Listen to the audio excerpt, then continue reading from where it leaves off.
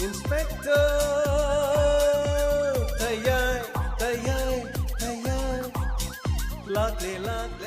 Ngasisu pudona lakchari Inspector Tayai Chamagani futaruk subutangka Sanduk chariba thoromasi wakhalna sagatchaba wari Hausik hingliba amadi laikhidraba kanagumba amataga mari lenizadi masida lakpa wakat aikhoina lawjaba ngamjaru Asumna Santibala mihat adugidamakta mahakkidamak semkhiba JSC duna mihat paputho haiduna yamna kana thomjilak masi khakta natana JSC gi miyo singna irang kaya kansilakhiram Amaromda police station da Sir amta jangjarge Santos song Sir Would you provide the case as investigation, sir? Laikhidrabi Santibla Loinana Mahaki Manimbo Sama Makogi Munchida Santibla Gimapalit Aduga Samagi Sotopa Masamatalit Imungasida Mama Matanda Levin Sir Santibla Su Mahana Mayumpali Mafuma Dugi Hospital delivery on Nurmagidamata Matamgaiduna Mafum Stilakini, sir Maragas the Mahaki Mapuri Sanalima Todo Tolibano Minasida Mahaki Kunganda Mio Yamada Sale Lake Delivery Naxalak Naramuraga Sale Toba Chapan Harisa Aduga sir Santiblagin Wainadaba Aduga Sama Hariba Alurvenu PC Mahakin Wainadaba Kanamata Lake Habasnisa Like I using Loina Machin Hanjaresa Imunga City Hamna Ingitona Levene Aduga sir Somna Kanda Sanale Magima Hakima Yumdasu Santiblagan Wainadaba Kanamata Lake Aduga Sanale Magisun Wainadaba Kanamata Lake sir Santos Case a secret Lugador Yamna Tis in a plant or Todo Sisatava Sweden Wagon. How's quite the Giluri from sea? Nihat Pasina, Imunga Sida, me amata later have a tanja sikanguna, Mahak Kiven. Imunga Sidigi, Sanale Matokri, Aduga, Sanale Magimane Box Sama, Amadi Santibla. Makoi Anikatale, Makoina Karigo Mamata Tobunga Moihaba, Muna Kangaba Matunda, Todo se, Sweden Makichatavogan. Aduga. Lady Yumadugi Mongunasu, the Kai Matang, one Kanabana Marmoriga, Imunga Sidami Topagana Sanki Habasu, Kanamatana Kangat. Anyway, Case Asida, Santiblagi history Tita Bayadam, Aduga, Lekai Kaptan Hibanataba, Nasidigi Matam Karagi Mamanga, Samaga Nuainetaba Kanakana, Legi Hebese, Sanale Madagishu, Akupa Marot Kanabonus, Paganisha, Adubu, Toduga City Kanana, Tonboy Gadurim, Aduga sir, Case Asigidama. Mapumadugi police station gi kangbusu case the Makuna Siam Nakana Tijan by Yorisa Santos Karimata Kaibilate case file de Goida Dowen I couldn't Tijan Bohonabada Madu Equigiton Adubo Topo Police Kanguna Adubu Mapumadu the Lady Police Station give musing now case the chain of amusing Makuna sing of a sing Madu the Kudimating Bang the Kaibilate Anyway Lupidi postmortem the Comdore Sir postmortem report what is Sweden Alani sir Sir, postmortem report. I have never met the Sweden a lot. Yamna Fari. Postmortem report to Yinga, Sibagimatam, Aduga, Imunga Karikari Todo Toki Habidu, Aduga, a Siba Masasing a Sida, Mataukarna Shibano Habidugi, a single man credit Kangan. Aduga, sir, Santibalaki the Mokasimki Mahaki, Ziasiki Kamudana, sir. Me had put Hoiduna, a can book Junction Horisa. Miyangi Hoibidi, I couldn't upon Tobamo. Adubu, Miyangi Lantun Mangaba, Sarkaki property Manga Miam Honor Patara di Ekosumadungan of Honabata. I DGP Gamutawari Sanaki. Punisher.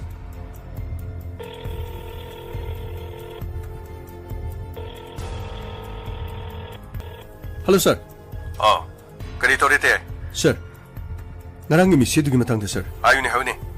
Garangi Misidu Karitorge. Sir. Narangi Misidu Gitama. How's your Mafuma to give me Amna? Santibla give me Sigimatanga. A chumba putupi had an Miyangi who considerably. Amarum the sir.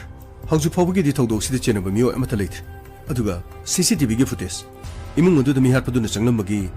Karigumba Kudam Changa Mamatalim this. Adubate. Mihat Adu the season Nariba, you'd say Edo. Madu the Yariba fingerprint. Madugi report your queen at the beer. Sir, Madugi forensic science, the Madugi fingerprint put on a Bona Cresa. Aduba, sir, quite the Giluribadi. Mihapadun and Intis and a plant or it's a Taki Tabakamu Ivanina.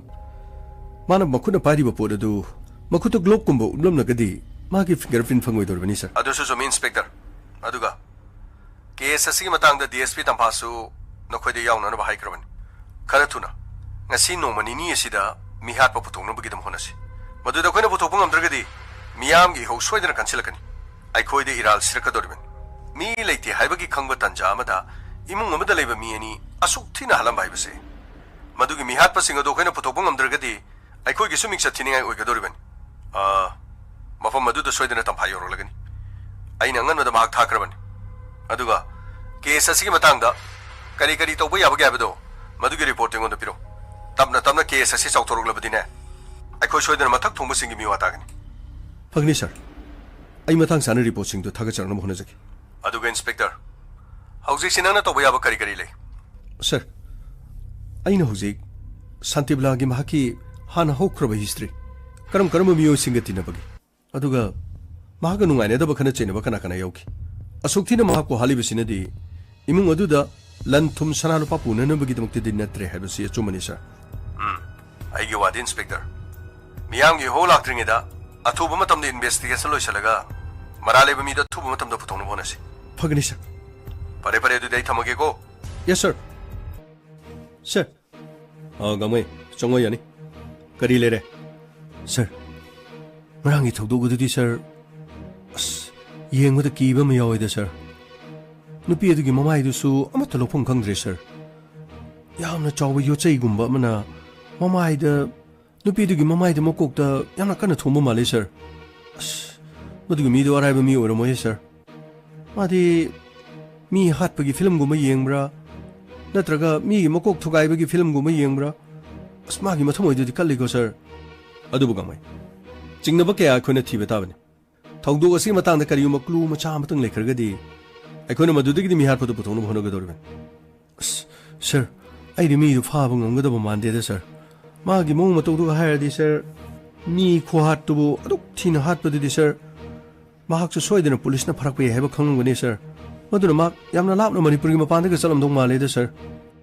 गमै वइनिंग Boisson तमथिरबा मिहाट अदुगिदमा थबगो तो खुतक थोनमदि नथि मदो हानदगी plan तौबोइगन अदुरगदी postmortem report ममाना हाना सिब्रा नत्रगा मचानुपिन हाना सिब्रा ममाना हाना सिरगदी mama अदु सोयदनमकी नुंगाइनदब Meena हाटपा Lakpa मदुदा मचानुपिदुन होबदगी मचानुपिदुदे attack तौबा अमरोमदना मचानुपिगा नुंगाइनदब लेबना मचानुपिदु हाटनब होनरिङेदा ममाना उकिबा मदुना मरम ओरगा ममासु हाटबा यादबदगी याटपदुना हाटपा ओरमसु याय ते अमदा चंजरके ए तबा चौ संसलोसिदा गंगमै आई अमुक लाइने औ मैडम ममांग की केस अदुसु मैडम मतंग पांगदगी खर थुना लोइखि मैडम अदु मैडम मरांग मिहाट असिददी होजु फाबु मिहाट फसि कनानु खंगद्रि गंगमै मिहाट पाइनि हाइदुना कनासु सोंथोरोइ थीबम संगे अदुगा ngasi फावदा मिहाट पा फंगिदब केसति अथांगमनि सोइदना खंगनि तंफा आई DGP को फोनरे ते हौजि मफम अदुनु कोलिबा पुलिस स्टेशन दुगी टीमदुना सनालेमबु वहंग पहंग तौनन होनख्रे ए कइनो हाइसि सनालेमदु चिंगबगी अतोप मरम लेब्रो ते नुमित अदुद माहना मयुम थादोदुना चटकिबा माहाकि नुपिबो हाटपे यानानब मरम म ओइगनिसिन ए अदुदी DGP नदि गोंददि वफमदु हाइरक्थिना ते अदुबो इना तमजरिबसिनि आइसु लंबिदगी हाइरबनि तंफा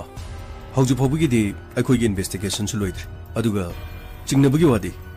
सनालेमसु चिंगनबी अदुबु तंपा महाक्की मचाकी मिरोलिबी ममा अदुबु मदु फाउबु हिता हातमंगंगद्रनि ते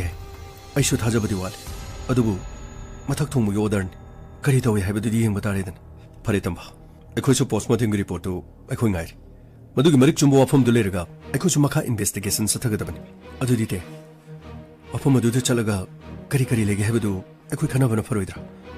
चुमी तंबा अखोइ चनब सेम सारबनि गमै सर अखोइगी टीम दु सेम सावायो अखोइ थुना चनब तौसि फगनी सर तंबा अदुदि अमुक चलसि हॉस्पिटल दिगी पोस्टमार्टम रिपोर्ट सु अखोइ गामिनरसि होइते चलसि आदु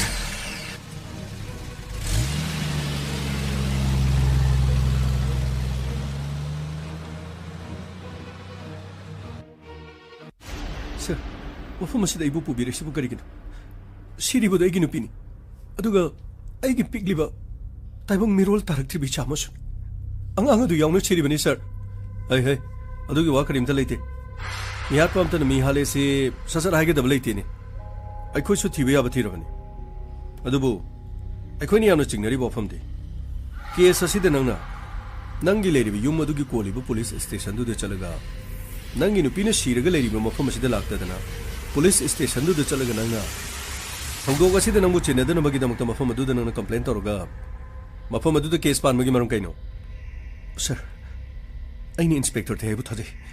ꯃꯍꯥꯛꯅ ꯁꯣꯏꯗꯅꯃꯛꯀꯤ ꯑꯆꯨꯝꯕ ꯈꯔ ꯄꯨꯊꯣꯔꯛꯀꯅꯤ ꯍꯥꯏꯕꯁꯤ ꯑꯩꯅ ꯈꯪꯏ ꯌꯥꯔꯦ ꯆꯞ ꯃꯥꯟꯅꯩ ꯏꯟꯁꯄꯦꯛꯇꯔ ꯇꯌꯥꯏꯁꯨ ꯄꯨꯂꯤꯁꯅꯤ ꯑꯩꯈꯣꯏꯁꯨ ꯄꯨꯂꯤꯁꯅꯤ ꯑꯩꯈꯣꯏꯅ ꯃꯐꯝꯁꯤꯗ ꯂꯩꯕ ꯑꯗꯨꯒ ꯑꯩꯈꯣꯏꯗ ꯇꯥꯎꯊꯔꯛꯏꯁꯤꯅ ꯃꯀꯣꯛ ꯊꯣꯡꯕꯒꯤ ꯑꯣꯔꯗꯔꯅꯤ ꯁꯦ ꯃꯇꯝꯁꯦ ꯀꯩꯁꯨ ꯀꯥꯟꯅꯗꯦ ꯁꯦ ꯍꯧꯒꯤꯅꯤꯁꯦ ꯃꯇꯧ ꯀꯔꯝꯅ ꯍꯥꯠꯄꯅꯣ ꯅꯪꯒꯤ ꯅꯨꯄꯤꯁꯦ ꯁꯥꯔ ꯀꯔꯤꯅꯣ ꯍꯥꯏꯕꯤꯔꯤꯗꯨꯕꯣ ꯑꯩꯒꯤ ꯅꯨꯄꯤꯕꯨ ꯑꯩꯅ ꯃꯇꯧ ꯀꯔꯝꯅ ꯍꯥꯠꯀꯗꯧꯔꯤꯕꯅꯣ ꯍꯦ ꯑꯩꯒꯤ ꯅꯨꯄꯤꯁꯦ ꯑꯩꯅ ꯍꯥꯠꯄ ꯌꯥꯗꯦꯅ ꯂꯩꯕ꯭ꯔꯣ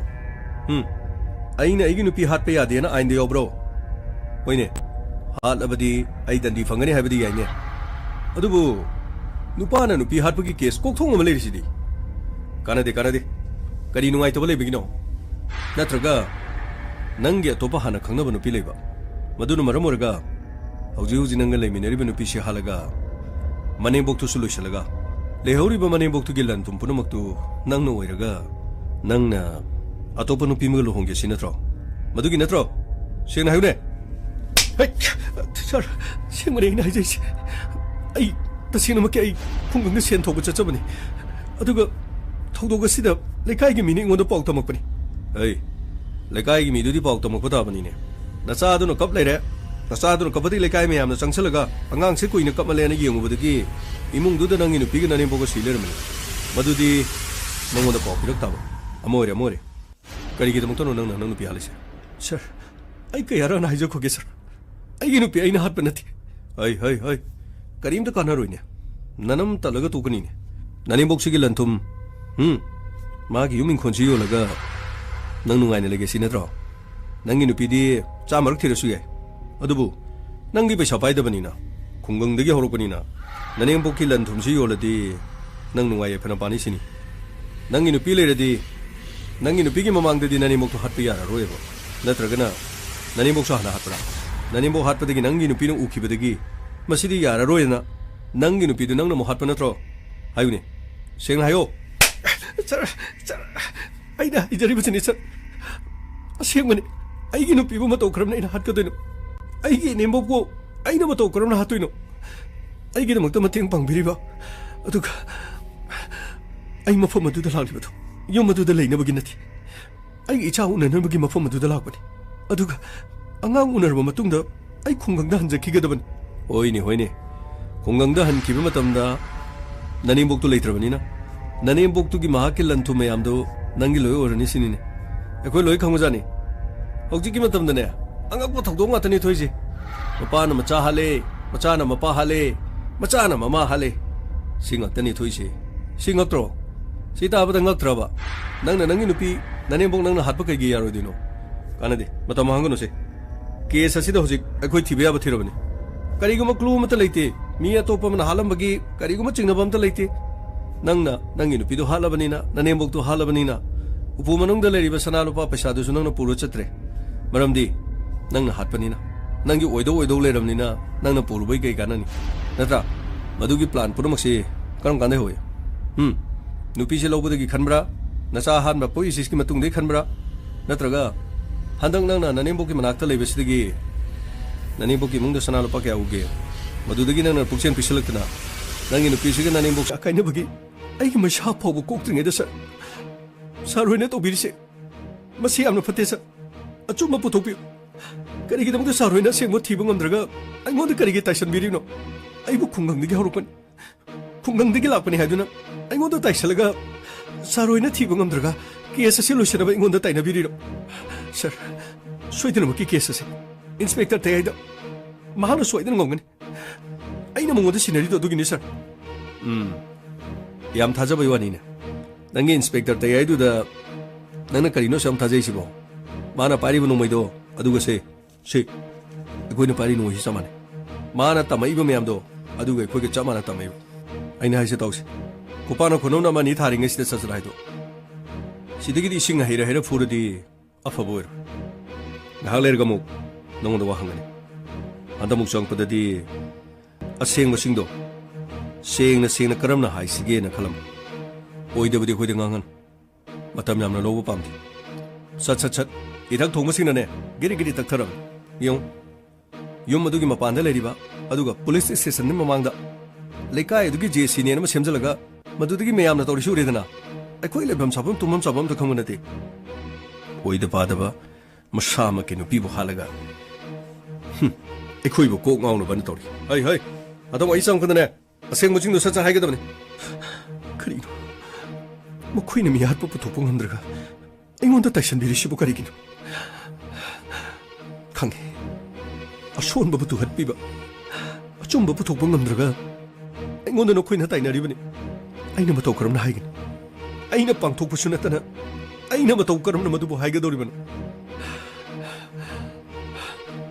ꯄꯤꯕꯥꯔꯦ ꯄꯤꯕꯥꯔꯦ ꯍꯣꯏ ꯏꯇꯥꯎ ꯑꯁꯤꯗ ꯂꯩꯌꯦ ꯀꯩꯗꯧꯔꯒꯦ ꯅꯪꯕꯣ ꯃꯌꯥꯝ ꯏꯔꯥꯡ ꯍꯧꯗꯨꯅ ꯂꯣꯏꯔꯦ ꯑꯁ ꯁꯤꯔꯤꯕ ꯅꯨꯄꯤꯗꯨꯒꯤ ꯃꯄꯨꯔꯣꯏꯕꯗꯨꯅ ꯊꯧꯗꯣꯛ ꯑꯁꯤ ꯆꯠꯊꯕꯅꯤ ꯍꯥꯏꯔꯤꯅꯦ ꯃꯤ ꯂꯣꯏꯅ ꯑꯣꯝꯁꯤꯟꯅꯗꯨꯅ ꯄꯨꯂꯤꯁ ꯁ꯭ꯇꯦꯁꯟꯗ ꯅꯨꯡꯕꯨ ꯊꯥꯖꯟꯕꯣ ꯑꯁ ꯄꯨꯂꯤꯁꯀꯤ ꯀꯥꯡꯕꯨꯅ ꯇꯤꯌꯥꯔ ꯒ꯭ꯌꯥꯁꯄꯨ ꯀꯥꯕꯅꯦ ꯀꯔꯤꯅꯦ ꯐꯨꯒꯥꯏꯗꯅ ꯇꯪꯈꯥꯏꯗꯅ ꯂꯣꯏꯔꯦ ꯂꯧ ꯆꯠꯁꯤꯜꯂꯣ ꯑꯩꯈꯣꯏꯁꯨ ꯏꯍꯧꯗꯨ ꯈꯔ ꯌꯥꯎꯔꯨꯁꯤ ꯀꯩꯅꯣ ꯑꯆꯨꯝꯕ ꯑꯁꯦꯡꯕꯁꯤ ꯄꯨꯊꯣꯛꯅꯕ ꯍꯣꯠꯅꯃꯤꯟꯅꯕꯗ ꯅꯣꯏ ꯑꯩꯈꯣꯏꯅ ꯁꯨꯃꯥꯏꯅ ꯇꯨꯃꯤꯟ ꯂꯩꯔꯗꯤ ꯀꯃꯥꯏꯅ ꯌꯥꯗꯣꯏꯅꯣ ꯂꯧ ꯆꯠꯁꯤꯜꯂꯣ ꯑꯁ ꯏꯇꯥꯎ ꯑꯩꯗꯤ ꯀꯥ ꯍꯦꯟꯅ ꯌꯥꯎꯅꯤꯡꯗ꯭ꯔꯦꯗ ꯇꯧꯐꯝ ꯊꯣꯛꯄ ꯄꯨꯂꯤꯁꯅ ꯑꯗꯨꯝ ꯇꯧꯖꯅꯤ ꯀꯩꯅꯣ ꯑꯩꯈꯣꯏꯅ JC ꯁꯦꯝꯕ ꯃꯗꯒꯤꯗꯤ ꯈꯣꯜꯂꯥꯎ ꯂꯥꯎꯕ ꯀꯔꯤꯅꯣꯃꯤ ꯄꯨꯂꯤꯁꯅ ꯇꯧꯗ꯭ꯔꯀꯥꯟꯗ ꯑꯆꯨꯝꯕ ꯄꯨꯊꯣꯛ ꯍꯥꯏꯕ ꯌꯥꯏ ꯃꯤꯁꯤ ꯑꯗꯨ ꯉꯔꯥꯡ ꯈꯛꯇꯁꯨ ꯊꯣꯛꯄꯅꯤ ꯃꯌꯥꯝꯅ ꯑꯝꯇꯣꯏꯕ ꯃꯩ ꯊꯥꯗꯧꯒꯤ ꯑꯗꯒꯤ ꯄꯣꯁ ꯈꯤꯡꯕꯒ ꯀꯔꯤꯒ ꯂꯝꯕꯤ ꯊꯤꯡꯕꯅꯦ ꯀꯔꯤꯅꯦ ꯀꯔꯤꯝꯇ ꯍꯥꯏ ꯌꯥꯗꯦ ꯑꯩꯈꯣꯏ ꯁ꯭ꯋꯥꯏꯁꯤꯅ ꯈꯤꯇꯪ ꯍꯦꯛ ꯇꯧꯕꯒꯅꯦ ꯄꯨꯂꯤꯁꯇꯨ ꯃꯊꯧ ꯐꯥꯎꯕ ꯇꯧꯗ꯭ꯔꯤ ꯃꯌꯥꯝ ꯆꯪꯗꯅ ꯍꯦꯛꯇ ꯇꯦꯟꯁꯟ ꯄꯤꯁꯜꯂꯦ ꯄꯨꯂꯤꯁꯁꯨ ꯇꯧꯐꯝ ꯈꯪꯉꯝꯃꯔꯣꯏ ꯑꯗꯣ ꯍꯧꯖꯤꯛꯇꯤ ꯃꯄꯨꯔꯣꯏꯕꯗꯨ ꯐꯥꯔꯦ ꯍꯥꯏꯕ ꯅꯠꯇ꯭ꯔꯣ ꯃꯄꯨꯔꯣꯏꯕꯗꯨ ꯐꯥꯔꯗꯤ ꯋꯥꯍꯪ ꯄꯥꯎ ꯆꯠꯊꯔꯅꯤ ꯃꯔꯥꯜ ꯂꯩꯔꯝꯃꯒꯗꯤ ꯃꯥꯁꯨ ꯗꯟꯗꯤ ꯐꯪꯒꯗꯣꯏꯅꯤꯅꯦ ꯑꯁ ꯑꯗꯨꯕꯨ ꯏꯊꯣ ꯃꯥꯒꯤ ꯃꯄꯨꯔꯣꯏꯕꯗꯨꯁꯨ ꯉꯝꯗꯤ ꯉꯝꯃꯤꯍꯦ ꯊꯧꯗꯣꯛꯁꯤꯕꯨ ꯃꯥꯅ ꯇꯧꯔꯤꯖꯥ ꯂꯩꯃꯤ ꯑꯁ ꯈꯪꯗꯦꯗ ꯀꯔꯤ ꯍꯥꯏꯗꯣꯏꯅꯣ ꯃꯥꯅ ꯇꯧꯏ ꯇꯧꯗꯦ ꯑꯗꯨꯗꯤ ꯑꯩꯈꯣꯏꯁꯨ ꯎꯍꯧꯕ ꯅꯠꯇꯦ ꯀꯔꯝꯍꯥꯏ ꯍꯥꯏꯗꯣꯏꯅꯣ ꯑꯗꯨ ꯊꯣꯏꯅꯗꯤ ꯉꯥꯡꯅꯤꯡꯉꯥꯏ ꯂꯩꯇꯦꯗ ꯃꯄꯨꯔꯣꯏꯕꯅ ꯃꯥꯒꯤ ꯅꯨꯄꯤ ꯍꯥꯠꯄꯁꯨ ꯃꯌꯥꯝ ꯂꯩ ꯀꯩꯅꯣ ꯍꯧꯖꯤꯛ ꯃꯄꯥꯟ ꯂꯝꯗꯒ ꯇꯥꯔꯤꯁꯤꯗꯤ ꯑꯁ ꯃꯄꯨꯔꯣꯏꯕꯅꯕꯨ ꯑꯌꯥꯝꯕ ꯍꯥꯠꯄ꯭ꯔꯥ ꯀꯩꯅꯣꯝ ꯇꯧꯋꯤꯗ ꯑꯗꯨ ꯉꯥꯏꯈꯣꯅꯤ ꯄꯤꯕꯔꯦ ꯃꯄꯨꯔꯣꯏꯕꯅ ꯍꯥꯠꯇꯣꯏꯁꯤ ꯀꯔꯤ ꯃꯔꯝꯗ ꯑꯣꯏꯔꯝꯗꯣꯏꯅꯣ ꯑꯗꯨꯛ ꯅꯨꯡꯁꯤꯈ꯭ꯔꯕ ꯃꯥꯒꯤ ꯅꯨꯄꯤ ꯃꯥꯒꯤ ꯃꯆꯥ ꯑꯗꯨꯒ ꯃꯥꯒꯤꯁꯨ ꯃꯇꯦꯡ ꯄꯥꯡꯕꯤꯔꯤꯕ ꯃꯅꯦꯝꯕꯣꯛꯇꯨꯕꯨ ꯑꯁ ꯀꯔꯤꯒꯤ ꯍꯥꯠꯂꯤꯅꯣꯗꯤ ꯑꯩꯈꯣꯏꯅ ꯍꯥꯏ ꯉꯝꯃꯣꯏꯗ ꯃꯅꯦꯝꯕꯣꯛꯇꯨꯒ ꯃꯔꯩ ꯇꯨꯔꯩ ꯇꯧꯅꯕ ꯅꯠꯇ꯭ꯔꯒ ꯃꯅꯦꯝꯕꯣꯛꯇꯨꯅꯅꯦ ꯈꯨꯡꯒꯪꯗ ꯃꯌꯨꯝ ꯄꯥꯜꯂꯤ ꯑꯗꯨꯒ ꯂꯥꯏꯔꯕ ꯑꯝꯗ ꯈꯜꯂꯒ ꯌꯨꯝ ꯄꯥꯜꯂꯤ ꯑꯗꯨꯒ ꯍꯣꯁꯄꯤꯇꯥꯜꯗ ꯅꯪꯕꯨ ꯅꯤꯡꯊꯤꯖꯅ ꯂꯥꯌꯦꯡꯕ ꯉꯝꯗꯦ ꯃꯇꯤꯛ ꯆꯥꯗꯕꯗ ꯅꯨꯄꯥ ꯑꯃꯗ ꯃꯌꯨꯝ ꯄꯥꯜꯂꯤ ꯈꯣꯠꯂꯤ ꯀꯥꯏꯅ ꯉꯥꯡꯕ ꯆꯩꯕ ꯌꯥꯎꯖꯥꯠꯂꯥ ꯃꯗꯨꯗꯒꯤ ꯃꯥꯏ ꯅꯨꯄꯥꯗꯨꯅ ꯇꯥꯔꯕ ꯇꯥꯕꯗꯨꯅ ꯃꯔꯝ ꯑꯣꯏꯔꯒ ꯃꯥꯁꯦ ꯃꯅꯦꯝꯕꯣꯛꯁꯦ ꯍꯥꯠꯂꯒꯦ ꯀꯥꯏꯅ ꯈꯟꯕ ꯖꯥꯠꯂꯥ ꯀꯩꯅꯣ ꯅꯪ ꯍꯥꯏꯗꯨꯕꯨ ꯑꯗꯨꯗꯤ ꯃꯥꯏ ꯅꯨꯄꯤꯁꯨ ꯍꯥꯠꯂꯤꯗꯨꯗꯤ ꯑꯗꯨꯅꯦꯃꯤ ꯅꯪꯕꯣ ꯑꯩꯅ ꯍꯥꯏꯁꯤ ꯇꯥꯒꯣ ꯃꯤ ꯔꯣꯖꯦꯟ ꯃꯅꯦꯝꯕꯣꯛꯇꯨ ꯃꯥꯅ ꯅꯨꯡꯉꯥꯏꯇꯕꯗꯒꯤ ꯃꯅꯦꯝꯕꯣꯛꯇꯨ ꯍꯥꯠꯅꯕ ꯍꯣꯠꯅꯕꯗ ꯃꯥꯏ ꯅꯨꯄꯤꯅ ꯎꯊꯣꯛꯈꯤꯕ ꯃꯗꯨꯅ ꯃꯔꯝ ꯑꯣꯏꯔꯒ ꯃꯥꯏ ꯅꯨꯄꯤꯁꯨ ꯁꯨꯝ ꯍꯥꯠꯂꯖꯥꯠꯂꯥ ꯑꯁ ꯈꯪꯗꯦꯗ ꯑꯩꯈꯣꯏ ꯚꯥꯞꯅ ꯄꯪꯁꯥ ꯁꯥꯒꯠꯄꯩ ꯋꯥꯅꯤ ꯑꯗꯣ ꯍꯧꯖꯤꯛꯇꯤ ꯄꯨꯂꯤꯁꯅ ꯐꯥꯔꯦ ꯍꯥꯏꯕꯅꯤꯅ ꯄꯨꯂꯤꯁꯀꯤ ꯃꯈꯨꯠꯇ ꯂꯩꯔꯗꯤ ꯋꯥꯍꯪ ꯄꯥꯎꯍꯪꯒꯅꯤ ꯑꯁꯦꯡꯕꯗꯨ ꯂꯣꯏꯅ ꯈꯪꯒꯅꯤ ꯀꯩꯅꯣ ꯑꯁ ꯅꯪꯁꯦ ꯊꯋꯥꯏ ꯌꯥꯎꯈ꯭ꯔꯦ ꯉꯔꯥꯡꯗꯒꯤ ꯏꯁꯤꯡ ꯍꯣꯟꯕ ꯈꯣꯠꯄ ꯂꯣꯏꯊꯣꯛꯑꯒ ꯅꯪꯒꯤ ꯒꯥꯔꯤꯗꯨꯗꯤ ꯄꯨꯔꯛꯇ꯭ꯔꯕꯣ ꯑꯁ ꯑꯩ ꯒꯥꯔꯤꯒ ꯊꯧꯕ ꯑꯝꯇ ꯆꯪꯗ꯭ꯔꯕꯅꯤꯗ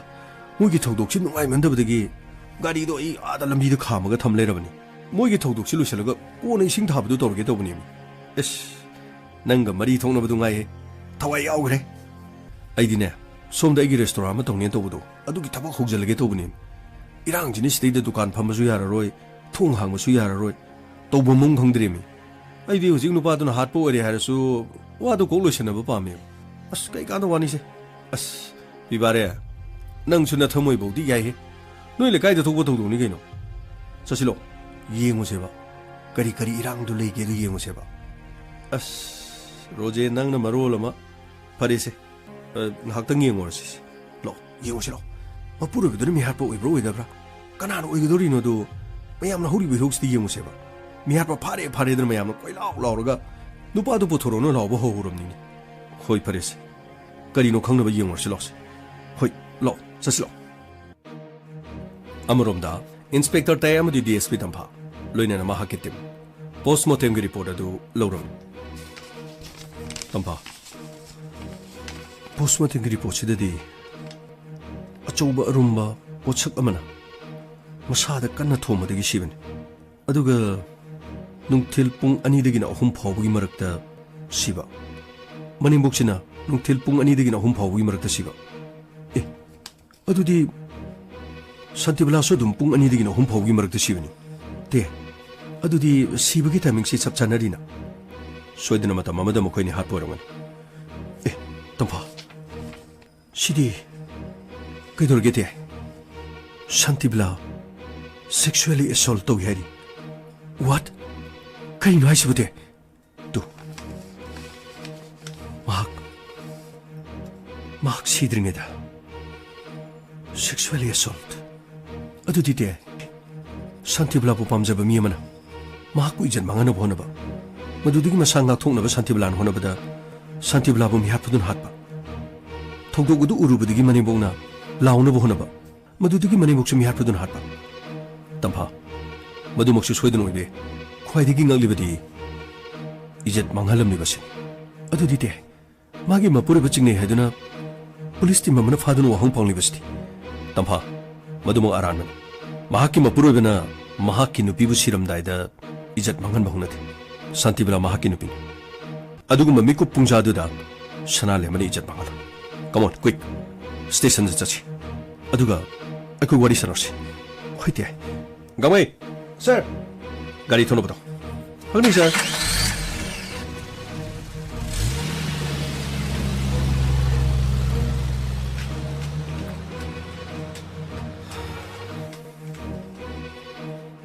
nang hairaroi nang hairaroi nangonda sukwana khoina wahang pang isi nangina chin sung hong dene ha nangina chin je sung hong deba hayo sir hayo sir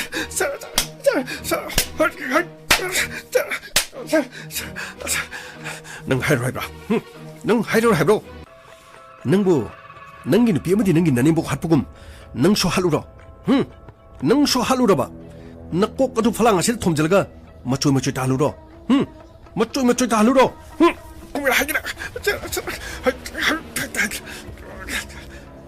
amuk tu ngai biko kana ai DSP Tamphan oh madam phubu do mutale biko case asida sanale makari ko mamata chenadi madam hari sibu DJP go order magi matungina aikoi thabo se pangthok chabani inspector DJP go order basu aina pari bari ko sembi report asida Santibala siram daida rep chatharami what kari madudi matokramna aduna magi mapure basanale mana mahaki nupi bu halam daida rep kaidong ndo chathar aduga haujik Santibala gi masada phangni ba diane aduga sanale magi diane ani si test to bugi tangai fadabam su leri kari guma thogdo si sanale mana chathabani haragadi dene su matching oi gedabani aduna mangonda khutharaga wahang pang basi khara lepkisi adubu madam DJP gi order na inspector karim to kaibeliti case asigi makha sathadringeda mahak solo kopta leba kai sukai adubu investigation si khara muglu na sathakisi phagani madam sanalema madam igi Santibala ho mi hatpaduna rep chatharami haiba madam mi hatpadu puthokpi mi hatpadu soidana maki phangnaba thibi aduga mahana chathakiba thabak sing adugidama mahaku mating chaba cherak pibiu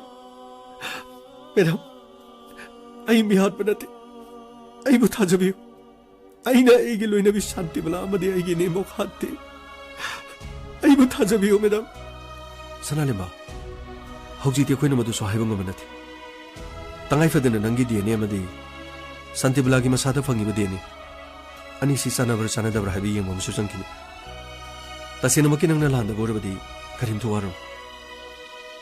achumba gi damai shor level inspector sonamna topiro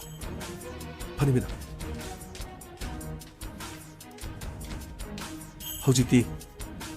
ꯁꯅꯥꯂꯦꯝꯕꯒꯤꯁꯨ DNA ꯒꯤ sample ꯑꯃ ꯂꯧꯕ ꯇꯉꯥꯏ ꯐꯗꯕ꯭ꯔꯥ ꯈꯜꯂꯦ ꯃꯦꯗꯤꯀꯦꯜꯒꯤ team ꯀꯧꯕꯤꯔꯒ DNA ꯒꯤ sample ꯂꯧꯅꯕ ꯇꯧꯕꯤꯌꯨ ꯐꯅꯤ ꯃꯦꯗꯝ ꯑꯗꯨꯒ ꯃꯈꯥ ꯇꯥꯅ ꯐꯨ ꯆꯩꯗꯨꯅ ꯋꯥꯍꯪ ꯄꯥꯎꯍꯪ ꯇꯧꯕꯤꯔꯅꯨ DNA ꯒꯤ ꯁꯦꯝꯄꯜ ꯑꯗꯨꯒꯤ ꯔꯤꯄꯣꯔꯠ ꯂꯥꯛꯑꯕ ꯃꯇꯨꯡꯗ ꯑꯆꯨꯝꯕ ꯑꯔꯥꯟꯕꯗꯨ ꯈꯪꯃꯤꯟꯅꯔꯁꯤ ꯐꯅꯤ ꯃꯦꯗꯝ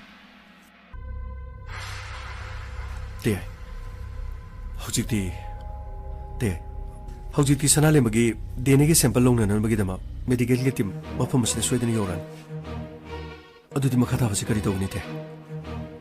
ꯇꯝꯐꯥ ꯍꯧꯖꯤꯛꯇꯤ DNA ꯒꯤ ꯔꯤꯄꯣꯔꯠꯇꯨ ꯉꯥꯏꯕ ꯇꯥꯕꯅꯤ ꯑꯗꯨꯒ ꯊꯧꯗꯣꯛꯁꯤꯒꯤ ꯃꯇꯥꯡꯗ ꯀꯅꯥ ꯀꯅꯥ ꯆꯦꯟꯅꯔꯝꯕ ꯌꯥꯕꯒꯦ ꯍꯥꯏꯕꯗꯨ ꯃꯗꯨ ꯑꯩꯈꯣꯏꯅ ꯑꯃꯨꯛ ꯃꯨꯟꯅ ꯊꯤꯕ ꯇꯥꯕꯅꯤ ꯑꯗꯨꯗꯤ ꯀꯔꯝꯕ ꯃꯥꯏꯌꯣꯟꯗ ꯌꯦꯡꯒꯅꯤ ꯍꯧꯖꯤꯛꯁꯦ ꯇꯝꯐꯥ ꯃꯍꯥꯛꯀ ꯈ꯭ꯋꯥꯏꯗꯒꯤ ꯅꯛꯅ ꯀꯣꯂꯦꯖꯀꯤ ꯂꯥꯏꯐꯇꯨ ꯇꯤꯟꯅꯕ ꯑꯗꯨꯒ ꯀꯩꯔꯣꯜ ꯂꯩꯀꯥꯏꯗ ꯍꯪꯕ ꯃꯇꯝꯗ ꯃꯥꯒ ꯅꯨꯡꯁꯤꯅꯕ ꯅꯨꯄꯥ ꯈꯪꯅꯔꯝꯕ ꯅꯠꯇ꯭ꯔꯒꯅ ꯃꯈꯣꯏꯒꯤ ꯏꯃꯨꯡ ꯑꯁꯤꯗ ꯌꯥꯝꯅ ꯇꯣꯏꯅ ꯂꯥꯛꯄ ꯃꯤ ꯃꯔꯝꯗꯤ ꯔꯦꯞ ꯆꯠꯊꯔꯝꯂꯤꯕꯁꯤꯅꯗꯤ ꯅꯨꯄꯤ ꯑꯁꯤꯗ ꯀꯜꯂꯛꯄ ꯑꯄꯥꯝꯕ ꯑꯃꯗꯤ ꯁꯣꯏꯗꯅ ꯃꯤꯍꯥꯠꯄ ꯑꯗꯨꯅ ꯌꯥꯎꯔꯤ ꯃꯤꯁꯛ ꯑꯗꯨꯅꯤ ꯑꯩꯈꯣꯏꯅ ꯊꯤꯒꯗꯕ ꯆꯠꯁꯤꯜꯂꯣ ꯃꯈꯣꯏꯒꯤ ꯂꯩꯀꯥꯏꯗ ꯂꯩꯕ ꯃꯤꯗ ꯃꯍꯥꯛꯀ ꯀꯣꯂꯦꯖ ꯇꯝꯃꯤꯟꯅꯔꯛꯄ ꯃꯤ ꯑꯗꯨꯒ ꯃꯍꯥꯛꯀ ꯈ꯭ꯋꯥꯏꯗꯒꯤ ꯅꯛꯅ ꯇꯤꯟꯅꯕ ꯃꯔꯨꯞ ꯃꯄꯥꯡꯁꯤꯡꯗ ꯋꯥꯐꯝꯁꯤꯡ ꯑꯁꯤ ꯈꯪꯅꯕ ꯍꯣꯠꯅꯔꯁꯤ ꯆꯠꯁꯤꯜꯂꯣ ꯑꯁꯨꯝꯅ ꯏꯟꯁꯄꯦꯛꯇꯔ ꯇꯌꯥꯏ ꯑꯃꯗꯤ DSP ꯇꯝꯐꯥꯅ ꯀꯦꯁ ꯑꯁꯤꯒꯤ ꯃꯇꯥꯡꯗ ꯁꯥꯟꯇꯤꯕꯂꯥꯒ ꯇꯤꯟꯅꯕ ꯃꯃꯥꯟꯅꯕ ꯈꯔ ꯃꯐꯝ ꯑꯗꯨꯗ ꯋꯥꯍꯪ ꯄꯥꯎꯍꯪ ꯇꯧꯈꯤ ꯑꯗꯨꯕꯨ ꯃꯈꯣꯏꯅ ꯁ꯭ꯀꯨꯜ ꯀꯣꯂꯦꯖꯇ ꯇꯤꯟꯅꯔꯛꯄ ꯃꯇꯝꯗ ꯁꯥꯟꯇꯤꯕꯂꯥꯒ ꯈ꯭ꯋꯥꯏꯗꯒꯤ ꯅꯛꯅꯅ ꯅꯨꯡꯁꯤꯅꯅ ꯇꯤꯟꯅꯔꯛꯈꯤꯕ ꯃꯤ ꯃꯃꯥꯟꯅꯕꯁꯤꯡ ꯑꯗꯨꯅ ꯃꯁꯤꯒꯤ ꯃꯔꯝꯗ ꯊꯣꯏꯗꯣꯛꯄ ꯈꯪꯗꯦ ꯍꯥꯏꯔꯝꯃꯤ ꯁꯥꯟꯇꯤꯕꯂꯥꯒꯤ ꯃꯃꯥꯟꯅꯕꯁꯤꯡ ꯃꯊꯪ ꯋꯥꯍꯪ ꯄꯥꯎꯍꯪꯕꯗ ꯃꯝꯁꯤꯜꯂꯛꯈꯤꯔꯝꯃꯤ ꯑꯁꯨꯝꯅ ꯁꯥꯟꯇꯤꯕꯂꯥꯒꯤ ꯂꯩꯀꯥꯏ ꯑꯗꯨꯗ ꯏꯟꯁꯄꯦꯛꯇꯔ ꯇꯌꯥꯏ ꯑꯃꯗꯤ DSP ꯇꯝꯐꯥꯅ ꯃꯃꯥꯟꯅꯕꯁꯤꯡ ꯋꯥꯍꯪ ꯄꯥꯎꯍꯪ ꯆꯠꯄꯗ ꯒꯥꯔꯤ ꯑꯃ ꯈꯥꯝꯗꯨꯅ ꯂꯩꯕ ꯏꯟꯁꯄꯦꯛꯇꯔ ꯇꯌꯥꯏꯅ ꯎꯈꯤ ꯒꯃꯩ ꯁꯔ ꯒꯥꯔꯤꯗꯨ ꯈꯥꯝꯃꯨ ꯀꯩ ꯇꯧꯔꯒꯦ ꯇꯝꯐꯥ ꯁꯤꯗ ꯂꯩꯔꯤꯕ ꯒꯥꯔꯤꯁꯤ ꯉꯔꯥꯡ ꯑꯩꯈꯣꯏꯅ ꯂꯥꯛꯄ ꯃꯇꯝꯗꯁꯨ ꯒꯥꯔꯤꯁꯤ ꯑꯗꯨꯝ ꯈꯥꯝꯗꯨꯅ ꯂꯩꯍꯧꯏ ꯑꯗꯨꯒ ꯉꯁꯥꯏ ꯑꯌꯨꯛ ꯑꯩꯈꯣꯏꯅ ꯂꯥꯛꯄ ꯃꯇꯝꯗꯁꯨ ꯒꯥꯔꯤ ꯑꯁꯤ ꯑꯗꯨꯝ ꯈꯥꯝꯗꯨꯅ ꯂꯩꯍꯧꯏ ꯍꯧꯖꯤꯛ ꯃꯝꯁꯤꯜꯂꯛꯂꯕ ꯐꯥꯎꯕꯗ ꯒꯥꯔꯤꯁꯤ ꯑꯗꯨꯝ ꯃꯐꯝꯁꯤꯗ ꯈꯥꯝꯗꯨꯅ ꯂꯩꯁꯤ ꯀꯩꯒꯤꯅꯣ ꯁ꯭ꯋꯥꯏꯗꯒꯤ ꯃꯄꯨ ꯑꯣꯏꯔꯝꯒꯅꯤ ꯒꯥꯔꯤ ꯊꯝꯐꯝ ꯂꯩꯇꯕꯗꯒꯤ ꯁ꯭ꯋꯥꯏꯗ ꯈꯥꯝꯕ ꯑꯣꯏꯔꯝꯕꯁꯨ ꯌꯥꯏꯅ ꯀꯨꯝꯊꯁꯤ ꯁ꯭ꯋꯥꯏꯒꯤ ꯃꯤꯁꯤꯡꯁꯤꯗꯪꯁꯤ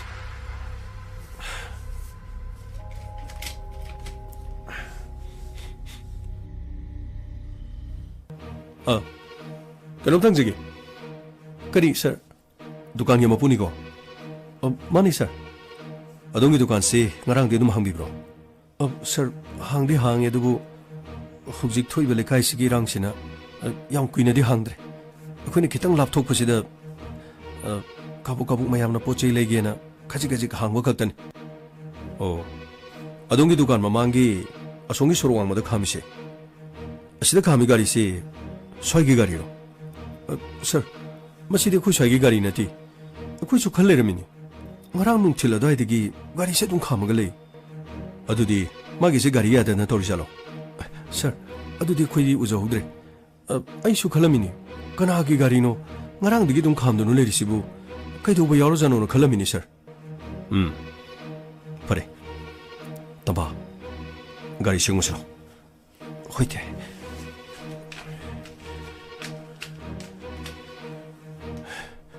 ꯒꯥꯔꯤꯁꯤꯗꯤ ꯏꯍꯟ ꯍꯜꯂꯤꯅ ꯑꯗꯨꯒ ꯏꯁꯤꯡ ꯌꯦꯟꯕ ꯆꯠꯄꯒꯤ ꯒꯥꯔꯤꯅꯤ ꯒꯥꯔꯤꯁꯤꯒꯤ ꯊꯣꯡꯁꯤꯗꯤ ꯁꯤꯗꯤ ꯁꯣꯏ ꯌꯥꯎꯗꯕꯅꯤꯅ ꯍꯥꯡꯕ ꯌꯥꯗꯦ ꯁꯟꯇꯣꯁ ꯁꯔ ꯅꯪ ꯁꯤ ꯒꯥꯔꯤꯁꯤꯒꯤ ꯊꯣꯡ ꯍꯥꯡꯍꯩꯗꯦ ꯍꯣꯏ ꯁꯔ ꯁꯔ ꯑꯩ ꯁ꯭ꯀꯦꯜ ꯑꯝꯇ ꯂꯧꯊꯣꯛꯆꯔꯛꯀꯦ ꯈꯔ ꯊꯨꯅ ꯑꯝꯇ ꯍꯪꯉꯨ ꯀꯩꯅꯣ ꯊꯣꯡ ꯍꯥꯡꯗꯣꯏꯗꯤ ꯀꯩꯒꯤꯅꯣ ꯇꯝꯐꯥ ꯒꯥꯔꯤꯁꯤ ꯀꯅꯥꯒꯤꯅꯣ ꯈꯪꯗ꯭ꯔꯕꯗꯤ ꯒꯥꯔꯤꯁꯤꯒꯤ ꯃꯅꯨꯡꯗ ꯆꯦ ꯆꯥꯡ ꯁꯣꯏꯗꯅ ꯌꯥꯎꯔꯝꯒꯅꯤ ꯑꯗꯨ ꯑꯣꯏꯔꯗꯤ ꯒꯥꯔꯤꯗꯨꯒꯤ ꯃꯄꯨ ꯈꯪꯒꯅꯤ ꯀꯔꯤꯒꯤꯗꯃꯛꯇ ꯃꯐꯝ ꯑꯁꯤꯗ ꯉꯔꯥꯡꯗꯩ ꯈꯥꯝꯗꯨꯅ ꯂꯩꯔꯤꯅꯣ ꯃꯗꯨꯒꯤ ꯃꯔꯝꯗꯨ ꯁꯟꯇꯣꯁꯤꯕꯨ ꯒꯥꯔꯤꯁꯤꯒꯤ ꯊꯣꯡ ꯍꯥꯡꯉꯝꯒꯗ꯭ꯔꯣ ꯇꯝꯐꯥ ꯁꯟꯇꯣꯁꯤ ꯁ꯭ꯄꯦꯁꯤꯌꯦꯜꯂꯤ ꯇ꯭ꯔꯦꯅꯤꯡ ꯇꯧꯏꯅꯤ ꯃꯥꯅ ꯊꯣꯡ ꯍꯥꯡꯉꯝꯗꯕꯁꯨ ꯌꯥꯎꯏ ꯑꯗꯨꯕꯨ ꯁꯤꯒꯤ ꯒꯥꯔꯤꯁꯤꯗꯤ ꯊꯣꯡ ꯍꯥꯡꯕ ꯉꯝꯒꯅꯤ ꯁꯔ ꯑꯩ ꯑꯝꯇ ꯇ꯭ꯔꯥꯏ ꯇꯧꯖꯒꯦ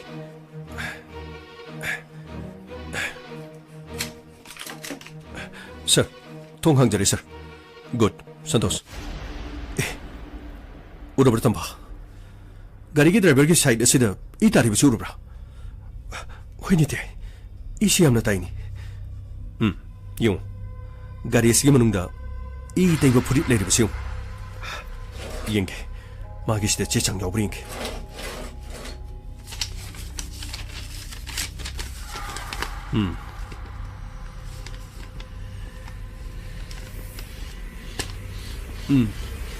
got it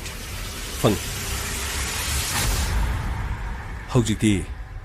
mahana kadai de chen gani Santosh sir nakhoi khara sile ho aduga gari silo khol halaga gari si manung do pangli E group asiga gari si manung do tari be E siga laibak thiba thodo udu sikhi be sing adugi E gi blood group aduga chana bri yang gadaban phani sir tamba akhoi DCP ke manak sasi phani te Rojen ai lo si de lo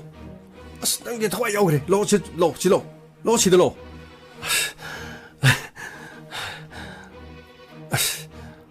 mayang I ho yaw si de police na muktan akhoi na mukchen akhoi muk thola police na muktan as yare lo sasi lo numita sle lo thabak loi kai re lo ba sasi lo lai hore numida warangi ibani gi phamna nobagi poche khara lo ro siro hoi yai ngasi di nangna khram kong tare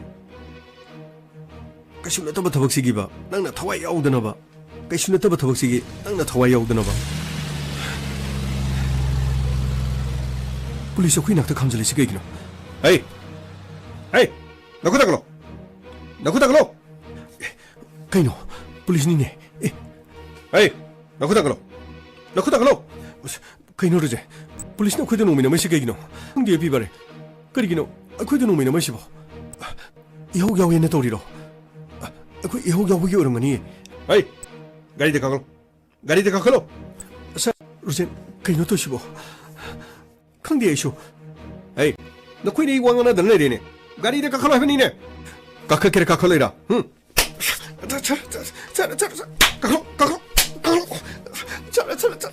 kakalo station 여러 강하네. Sir, 거의 뭐 밥이 있을까 이기노?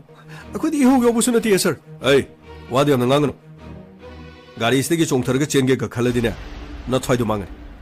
가만히, sir. 가리 토로.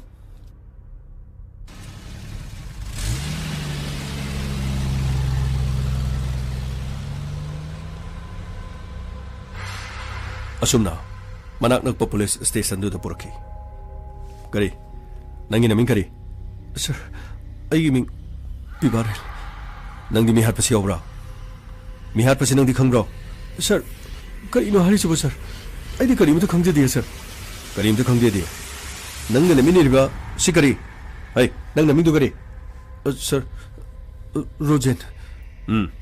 nang si rojen ji khangbra si rojen ji khangbro Sir, na hoy college ta like ta minharam mane sir. Aduga nangdi kamai puli ba. Nangdi kamai puli no. Sir, madi handak ising thaba chatpani. Aduga aigi yumda ma toina lakpa. Handak sima ga iga khar pun mane. Toina lagani. No yumda ma yam toina lakpa gi maram lagani. Tabak sig plan nang yaw bro. Sir, kari no iga iga khangjadre sir. Aidi puma mangkri sir. Mangani. Karigumba kesi da nang chenar mataraba apaboiro nang apaboiro ko hey nang chenay karigino nang santibla halis kagino sir kaino haisibo sir ai di santibla khangju khangjadi aduga sir ising kharaga tharaga chachabane sir ihouksine ising thaba chatpe yadabadagi mayang ihouksine kharaga yawbane sir ai di mamang thangaga di chachabana tiko sir khara ai sum chachabane sir ai khangini ai khangi 나한테게 거기는 뭐 폼실 악 맞담다 과이되게 뭐 꼭탕는 셀리비싱 만능다 능 소머니 능기 색담도 아이는 거라 그러긴 하요 산티블라 할리시 그러긴 하요 sir 아이디 산티블라가 강나버스 냈더나 아이는 까마인 하토네 sir 강나들이 핫페야디 하브로 강나들이 핫페야디 하브로 산티블라부 너는 깔락부대기 능나 파마대기 능나 이제 막한다 아두가 능나 핫바 까이노 하비리시 보자 아이디 망금나 독자리 sir Karino sir na habiri sibo ay gyan mo ta jadre sir taroy ni nang karimo ta gyan taroy ni sai jadre mo kay karimo ta gyan taroy ni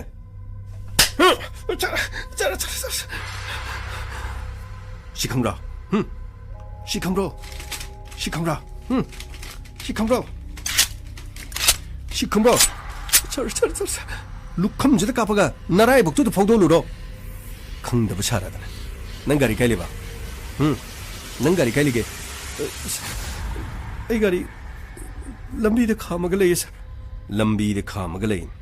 Nangi lambida khamaga lei bagari do. Ai khoi gi custody de leramani ne. Gari edu gi nangi khong nepam sit mathak aduga mi hat panu bit nang season ba nangi purit. I na pomtai tebido. Yung 시간에 부리노, 시간에 부리노. 시대 따이리비 이 싱식간하게 이노, 에이, 비바레, sir, 시기 부리시, 로제넬리 뽑으라, sir, 시 마넬리 부리니 sir, 나랑수 마넬리 키브니 sir, 낭기나 마나버기 부리 시대 따이리비 이 싱식 우리에드나, 로젠, 시디 낭기 부리도 나들어, 나랑기 턱독시 낭나 방톡부로 하시보. Como? Asingmo como? Kari kita motor shanti bela bahat pano. Nangi kari aning bapa malay begitu mak shanti bela bahat pano. Hayo, hayo, hayo.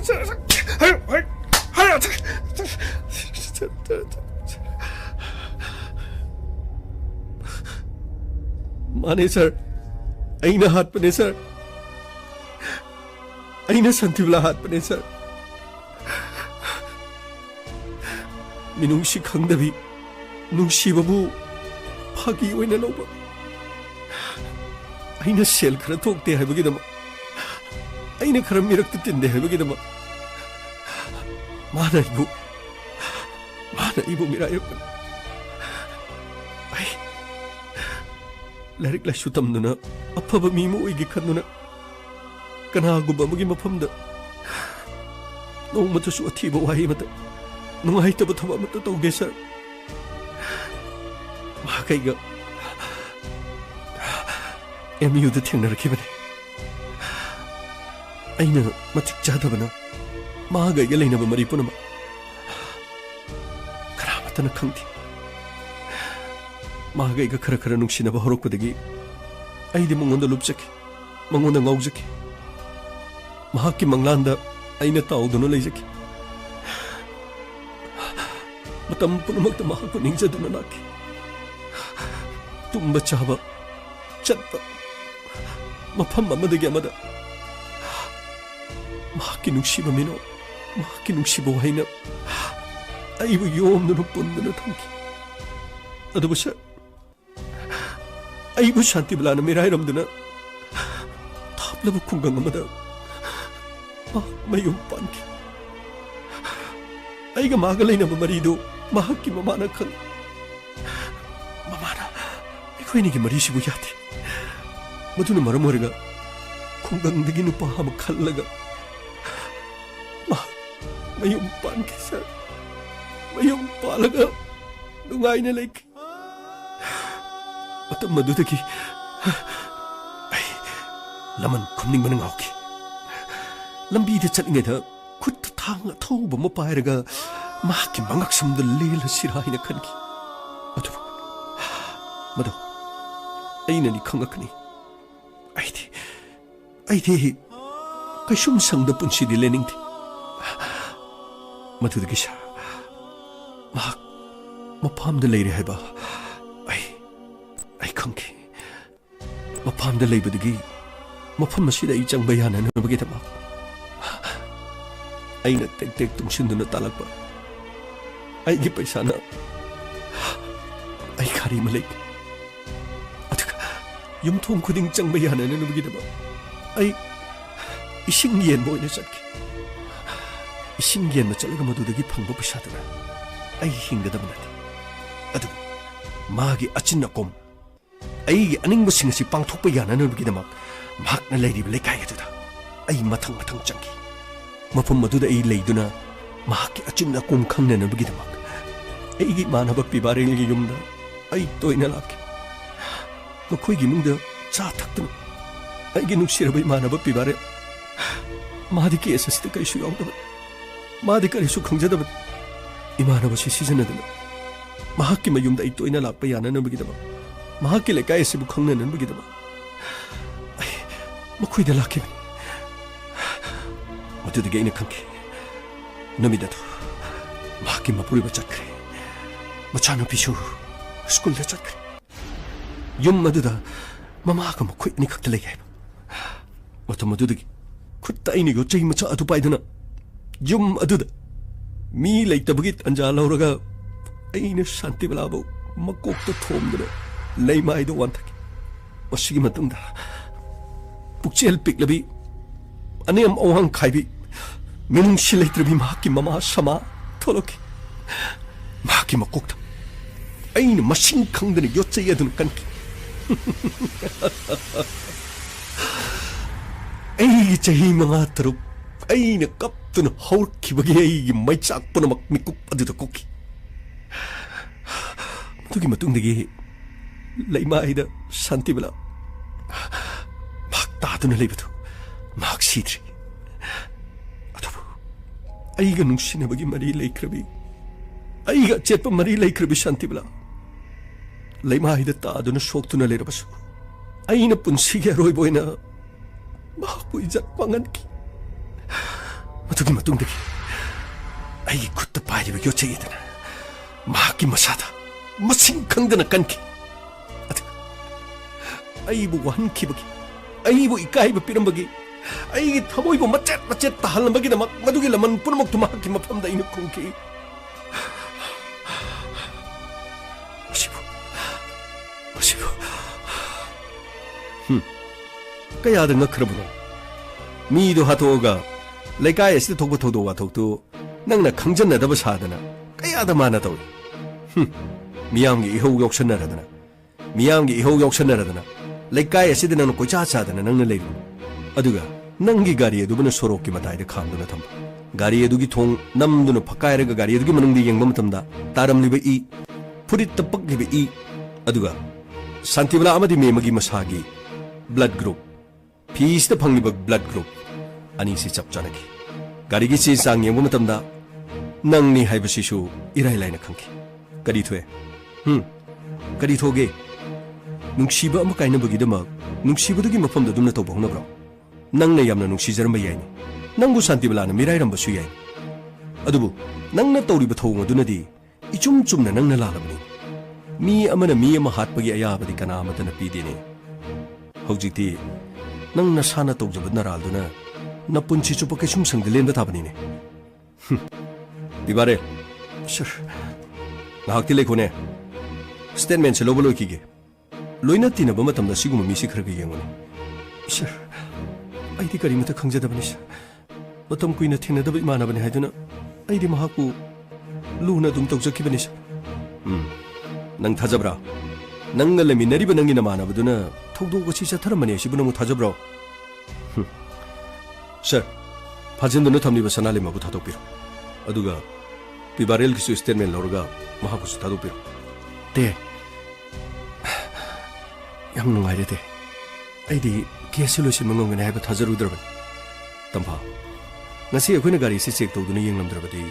kharadi dum logoramon te yam nungai Santi Bala amadi mahaki mama samagi dama mihat asigi dama asingba chuma mihat pa puthulibase tampa masipuna ma khoi mayamna police department na thamoi sing hona badagi mihat pasing asi puthopung ngamliban adudi akhoi mukchana badoksi sir kedorega mai sir ngarang gi thawai se mi honje khap chong lebani sir hojikti mihat pa pharabani na puning si khradi nungai re sir sir ngasi di nungai na tumani dangmai police oi basi bunam wabrani sir wabdi krisu leite da sir ado nungsina bu nupi gi manak ta leibdi phangdabagi wani de sir kari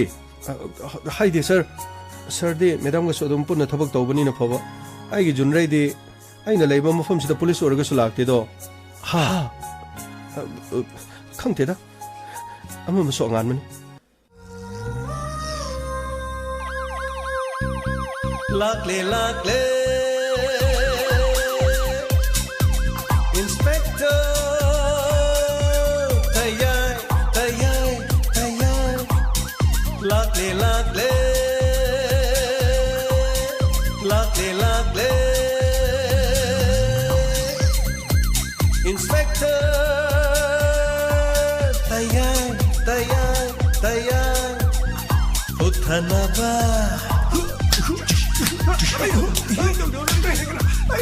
Kanbina ba Thank you sir Welcome Uthana ba Kanbina ba Inspector Tayay, tayay, tayay Lakle, lakle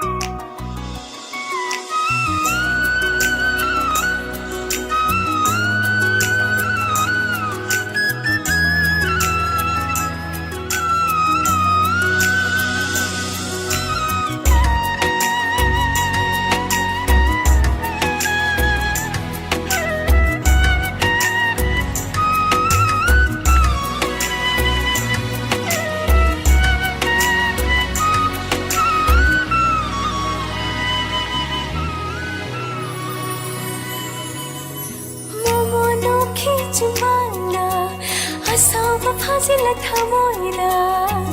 खोइ थुम्लाबा खोन्जेलना चिङसिलरी ममनो खिचिमाना असाबा फाजिल थमोइला खोइ थुम्लाबा खोन्जेलना चिङसिलरी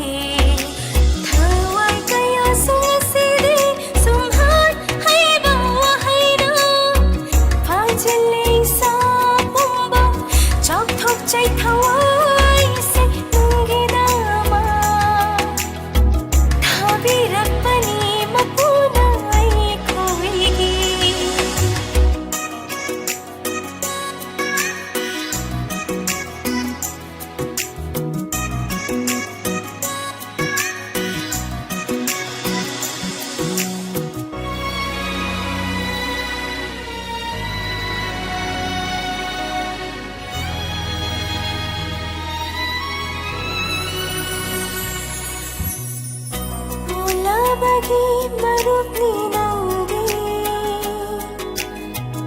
mairani mamlaba lambigi kathopada chokthada hachani nungsibaigi bo